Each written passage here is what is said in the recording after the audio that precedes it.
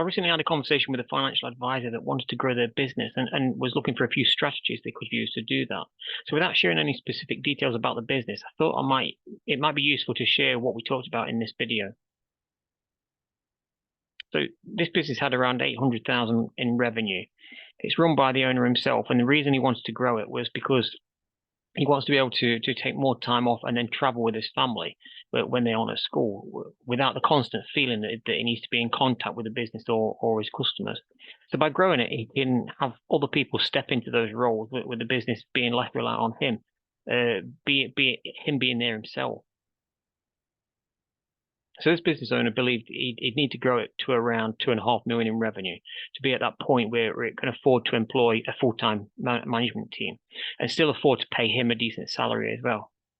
And we already know it's got around 800,000 in revenue. So to reach that target, it needs to grow by about 3 times its current size. Its customer base is about 70% small business owners, and the rest of its customers could really be anyone that comes to the door. And the business is managed day to day by the owner himself. So in order for him to be free from the business day to day, he has to remove himself from the business and have a full-time management team in place.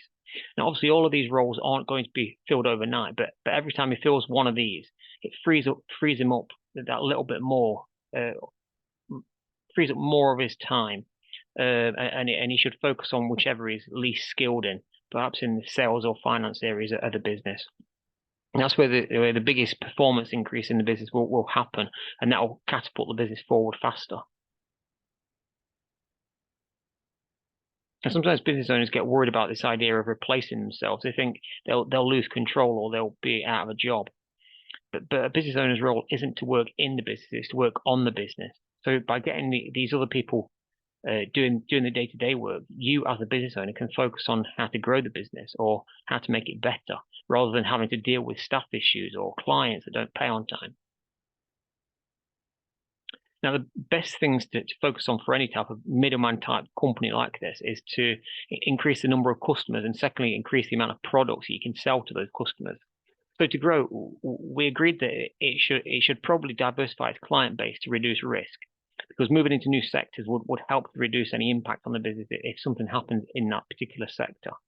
It could probably do that by looking at those other types of customers it serves, and then niche down on whichever type has been the largest or most in demand.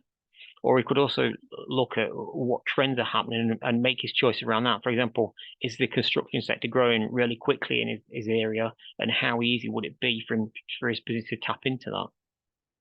Probably the most important thing to consider is having previous case studies, examples of past work or past clients that the business can use to show potential new customers in that sector.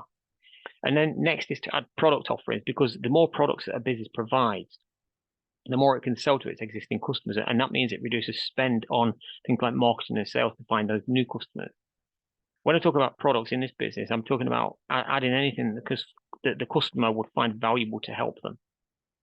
The other side benefit is clients like to buy everything from one supplier because it costs them less. It's more convenient in managing that supply chain that way. Now, one of the main strategies the business owner was pursuing was to look for companies to buy and bolt into his existing business. And his initial thoughts was he'd target his competitors that provided the same type of service, and they'd be around 500,000 in revenue. There's 2 issues we talked about with this. The first, often what happens when a smaller business like this that doesn't have a management team, that they buy another small business, the owner will spend 95% of their time and energy on running the new business, and then their old business ends up declining so much that they may as well just close it down. And in this case, but by targeting a business that's almost the same size, then this again isn't going to have a management team in place either. So what happens is he becomes even busier, running even faster on that hamster wheel, but still not getting anywhere. So in this case, rather than looking for a business that 500,000 revenue, instead go a bit bigger and look for businesses that are, say, 2 million in revenue. Or you could work with a smaller business, say 500,000 in revenue, and it doesn't want to sell. So you just team up with your business and their business, and then merge the two together, because maybe they want to get into your sector and you into theirs. So there's a benefit to both businesses there. And that would give both businesses enough revenue to start building that management team across the combined business. In this case, you'd want to find someone with complementary skills, and I've done another video on that called How to Find the Perfect Joint Venture Partner. Now, the second issue is when you buy a direct competitor, you actually don't get what I'd call synergy growth. So it can be a better option to look for other types of company and bolt these on instead. So let me show you an example of what I'm talking about. So let's look at the main benefits you get when you buy a business. First, the valuation multiple will normally increase. If you don't understand how that happens or what I mean by that, I've got other videos in the program to show you that. Second, there might be an opportunity for sharing resource across the two businesses, whether that's some kind of equipment or whether it's staff members. And then it's shared assets. If you've got two businesses relatively close together, then perhaps moving both into the same office space, it will probably save money on rent. And you can normally get a discount the larger the premises are as well. And then there's all the duplication that you can cut out, and you might get bigger buying discounts as well if you can buy buying power. So all of that might create, let's say, a 20% cost saving to the business. But the real value is created from the last two benefits. The first being able to cross-sell to clients. In other words, selling your product to their customers and vice versa.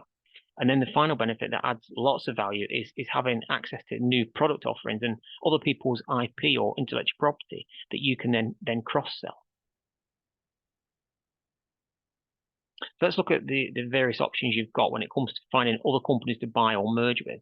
So the first thing you can do is look at buying or merging with a direct competitor, like we've talked about already. That's a business that provides the same service to the same group of people in the same location. Now, if you can buy or merge with a direct competitor, it means you own more of that local market. The next, you could look at a business that provides the exact same products and services, but in a new location. For example, you might want to have a presence somewhere else, so you could look for a business in another region. Third, you could look for a competitor that serves another sector or another group of customers that you don't currently serve. And then you can look at what other products or services your existing customers might want to buy and look for companies that might be able to provide those offerings and buy or merge with them. And the trick isn't to think about what you provide right now, but instead, what could you add to what you already do? What else could you sell to your existing clients? But when we're talking about synergy, what else is your client buying if you're acquiring or merging with a company to provide that cross-sell to your clients and vice versa? You want both businesses to be in what I would call the same product family. So what does that mean? The client has to see a clear mental connection between what you do now and the new product you're offering. So let's say you're a plumbing company and you provide various types of plumbing services to your clients. Now, if you buy a business that provides financial advice, well, your clients aren't going to see the connection. They're going to think, what does a plumber know about financial advice? And likewise, the other firm's clients, they'll think, what does the financial advisor know about plumbing services? There's no natural connection between the two. So to make that connection, you have to stick to the same product family. So for a plumber, the product family would be the services within a building. So that could include gas services, electrical services, air conditioning, and refrigeration. You can clearly see the connection between all of those services, and you'd probably trust that the same person from any of those trades would be competent enough to deliver any of them. But the problem is, like we talked about before, if you buy a competitor, you have nothing to cross-sell, and so there's no opportunity for either business to grow. The only benefit you get with this route is the potential cost saving from those shared resources, which might make up 20 or 30%. But if there's a clear connection between those product offerings of each business, you get to realize all of those benefits of buying a business, and all of those businesses have the opportunity to grow within that group.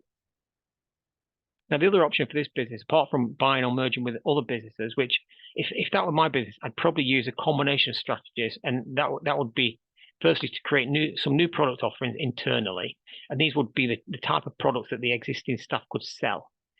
I'd look to buy businesses that had complementary product offerings that my internal staff couldn't sell, like those other services in that same product family. And then I'd look at doing a number of joint ventures with other complementary businesses, which would give me a combination of new product offerings, but also access to new client sectors.